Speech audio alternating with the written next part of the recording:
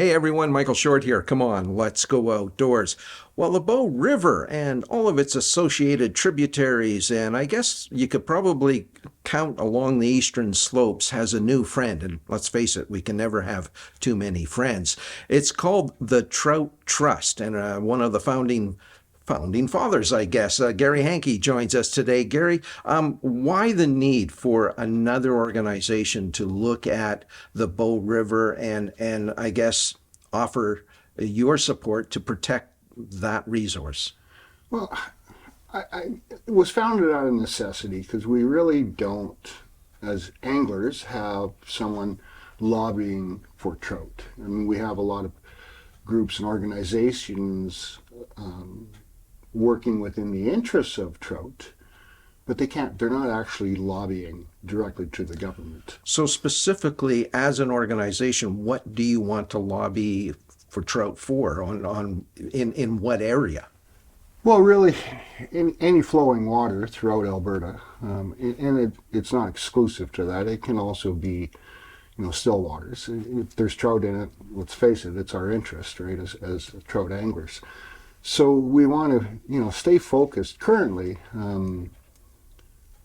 there was three stressors pointed out by a senior biologist in Alberta, being water fluctuation caused by dams, hydro, potentially harm caused by anglers, whether the keep or catch and release ideology, whichever you practice, and then the idea of entrainment. These are the three stressors that were identified by biologists that said, this has major impact. The hydroceph we have data on. The fishing pressure caused by anglers, we have nothing on it. And we have entrainment and entrainment data. And this has been an issue that's been ongoing for 100 years, and we've collected data over 20 plus years now that we know it's a problem, but it's not being addressed. Now, entrainment, you're referring to fish caught in the canal system? Absolutely, caught in irrigation canal systems. By all means, we're not against irrigation canals by any means, but the legislation was rewritten on it. They actually had to include fish exclusions in the design, which never happened.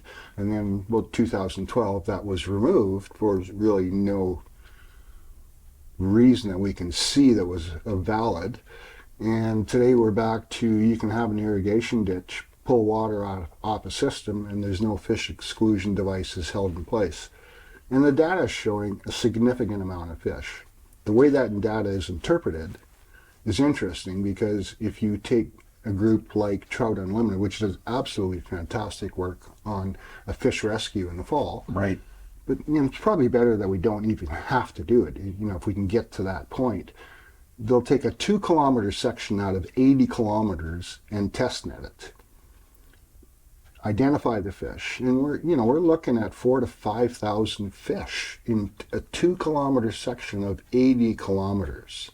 That's a lot of fish when we have a total irrigation canal system of 8,000 kilometers, and we're going to double that. Can our fisheries take that stress, that inventory loss on that wild livestock? Is there a top 3 things that you would like to get accomplished in the short term, and I guess identify what those are in the short term, and then what are you asking the public to do? How do they interact with you? Well, I'll speak a little out of turn because I know I haven't spoke with the rest of the group on some of the points of interest, certainly from my perspective. Is one, we need to address this entrainment issue. We may have changed the laws, but we haven't changed the federal law. Under Section 39 with harm to fish because of business or agriculture. So that leaves us in jeopardy. Okay, I don't want to go there, but it leaves us wide open to... Especially when you're dealing with species at risk like West Slope. Exactly. And bull trout. Exactly, and they all have been caught in these entrainment, and we know that. Okay, so that's an issue that we need to deal with. Angler regulations, I think there can be certainly a major improvement with it. I also feel with that there should be an education program. It's kind of come to that. We went through that with the hunting group, and there was all this fear about we're going to lose hunters, and if we make them take a hunting identification, animal identification, or a fishing education program. We didn't. We ended up with a lot better educated and a lot safer hunters, and we'll have the same with the angling side. And was it AHIA, I believe? Yep. They have a good program. It's certainly, I think, from looking through and have done it. I mean, I learned a ton of stuff in it, so I was really nicely amazed. So you're looking for a specific trout identification. I mean, what springs to mind is the work that Jim Stelfox did back in the day when we were trying to fish out some of the eastern the Willow slope creeks and that. Right. Yeah. Well, and I see it all the time because I have a Facebook page called Alberta Fly Fishing, so I see all kinds of photos come through, and the misidentification between bull trout and brook trout is really present. And I'm talking from anglers that have been fishing for not just this year, it started 2 years ago, 5 years. I'm talking anglers that I've known for 30, 40 years. They're still misidentifying these two particular species, let alone other stuff. So there is a need for it. We're seeing over the last few years, we have seen the low water advisories come out from the province, and anglers are told to get off the stream and because of high water temperatures. Is that, I mean, obviously a step in the right direction, but what I'm hearing from you is it's still not far enough? Yeah, in some ways it's not far enough because that particular scenario is something we as humans can't control. I mean, that's Mother Nature for her reasons doing what she's doing. I like the fact that they almost send it out as an alert, an advisory. I think that's great. I think more digital stuff can occur along that line, along that presence.